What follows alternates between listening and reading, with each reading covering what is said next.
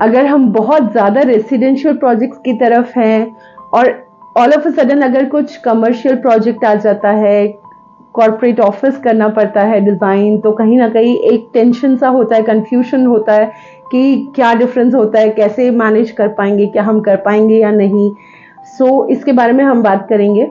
मैं आपको कुछ टिप्स भी दूंगी जो कि काफ़ी आपको हेल्पफुल होगा, एंड जो मैंने उसको इम्प्लीमेंट किया है, मैंने खुद की गलतियों से सीखा है, उसके बारे में भी हम बात करेंगे। तो without skipping this video please watch it till the end. काफ़ी कुछ आई एम श्योर कि हेल्पफुल होगा, ताकि आप जो मैंने मिस्टेक्स किए आप ना करें। So let's start the video, but before that अगर आप मेरे चैनल पे नए हैं तो प्लीज़ सब्सक्राइब कीजिए, एंड अगर आपको कुछ सीखने को मिलता है तो लाइक कीजिए, एंड कमेंट करके मुझे ज़रूर बताइए कि आपको क्या अच्छा लगा आज की वीडियो में। अगर हम कॉमन स्किल्स की बात करें तो क्रिएटिविटी, जो कि सिलेक्शन पार्ट होता है, आपका सैम्पल बोर्ड हो या मटेरियल सिलेक्शन हो या आपके ड्राइंग्स हो, डिटेल ड्राइंग्स हो, फर्नीचर डिटेल्स हो, या आपका वर्किंग ड्राइंग्स ही ले लो, आप जो भी है वो सभी कॉमन है। भले आप रेसिडेंस कर रहे हो या कमर्शियल कर रहे हो, आपके वर्किंग ड्राइंग्स वही होने वाले हैं, जैसे कि फ्लोरिंग हो गया, सीलिंग हो गया, इलेक्ट्रिकल हो गया, प्लम्बिंग हो गया, एसी हो गया, कुछ अगर मॉड्यूलर फर्नीचर आ रहा है, या फिर आपका कुछ डिमोलिशिंग है, हर चीज इसमें आपके रेसिडेंस में या कमर्शियल में, that is quite common. And then comes आपके 3D हैंड स्केचेस हो, 2D हो, 3D हो, whether it is residential project और कमर्शियल, डजंट मैटर, ये सब कुछ कॉमन रहेगा दोनों में। ऐसा नहीं है कि आपको दोनों में ही एक्सेप्शनल होना है। कई लोगों का इंटेंशन होता है कि मुझे सिर्फ रेसिडेंस प्रोजेक्ट्स करने हैं, उसी निश को सिलेक्ट करके वो आगे बढ़ते हैं। So that is not wrong और राइट, मतलब उसमें कुछ गलत या सही नहीं है, वो सब आपके इंटरेस्ट के ऊपर डिपेंड करता है कि आपको किस निश में जाना है, रेसिडेंशियल में जाना है या कमर्शियल में जाना है, कॉर्पोरेट ऑफिसेस डिजाइन करने हैं, ये सब आपके ऊपर डिपेंड करता है, और आपके एक्सपीरियंस के ऊपर भी डिपेंड करता है कि आप कौन से आर्किटेक्ट्स के साथ या कौन सी कंपनी के साथ कोलैब होके काम कर रहे हैं, किन के साथ, कौन सी टीम के साथ काम कर रहे हैं, कैसे टाइप के प्रोजेक्ट्स आ रहे हैं, और आपको एक्सपीरियंस क्या करने को मिल रहा है, कौन से टाइप के प्रोजेक्ट्स करने को आपको मिल रहे हैं, वो भी डिपेंड करता है। जितना ज़्यादा आप कोई पर्टिकुलर प्रोजेक्ट्स करेंगे उतना ज़्यादा आप उसमें फाइन होते जाएंगे, आपके स्किल्स उतने ही अपग्रेड होते जाएंगे।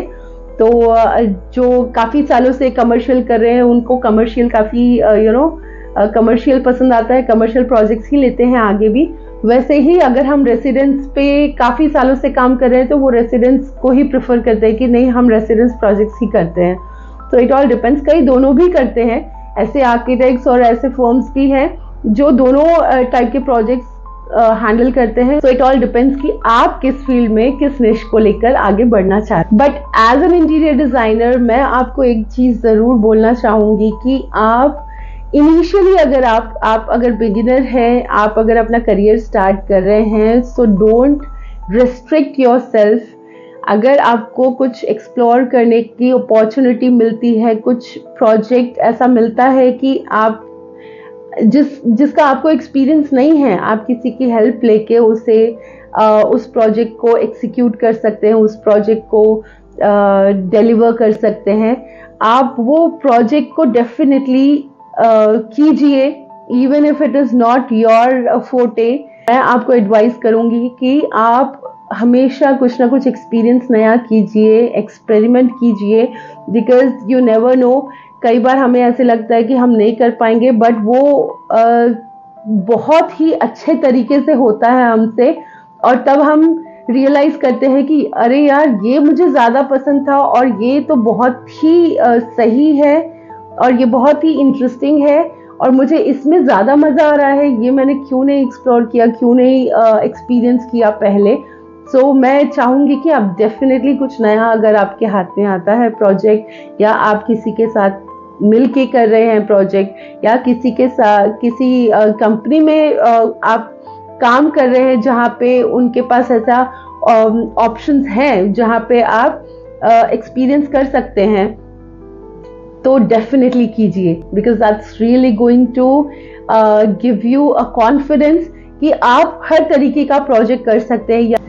और कभी भी याद रखिए, कभी भी छोटी कंपनी से स्टार्ट कीजिए अपना करियर, क्योंकि आपको इनिशियली ऐसा लगेगा कि ये क्या है, सभी कुछ मुझी को करना पड़ रहा है, डिटेल ड्राइंग्स भी मुझी को करने पड़ रहे हैं, मेजरमेंट्स भी मुझी को लाना पड़ रहा है, साइट विजिट्स और एग्जीक्यूशन पे भी मुझी को टाइम देना पड़ रहा है।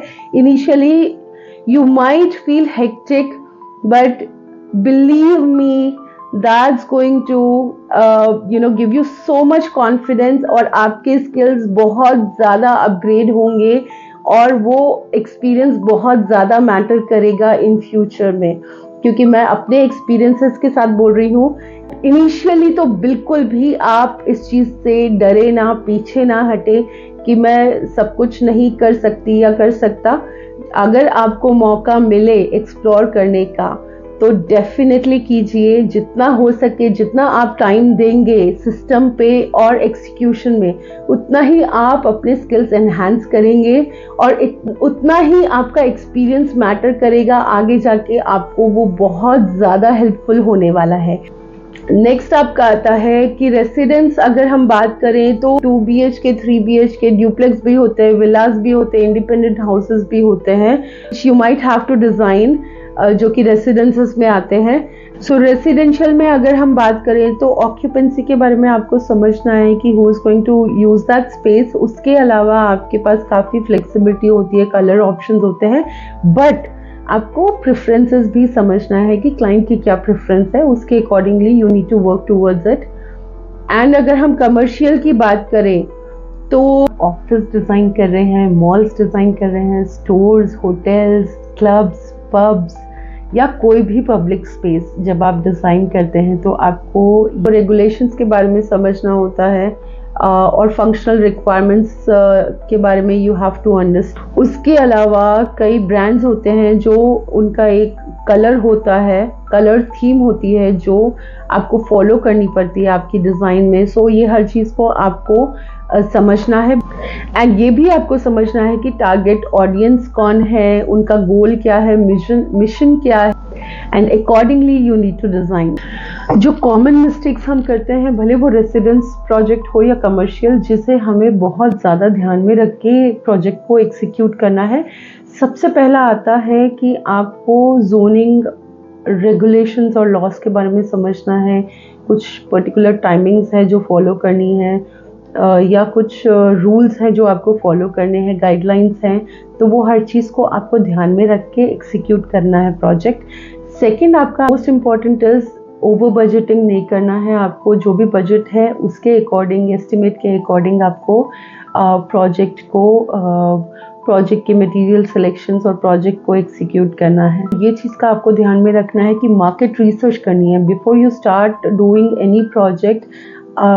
कमर्शियल, खासकर कमर्शियल में आपको मार्केट रिसर्च करनी है कि वो ब्रांड से रिलेटेड अगर और भी स्टोर्स हैं या आप कोई पर्टिकुलर होटल डिज़ाइन कर रहे हैं या उनका और भी फ्रेंचाइजीज़ हैं या और भी उनकी चेन है, तो यू हैव टू फॉलो क्या कलर थीम, क्या प्रेफरेंसेस है, क्या थीम वो यूज़ कर रहे हैं, कौन सा स्टाइल यूज़ कर रहे हैं।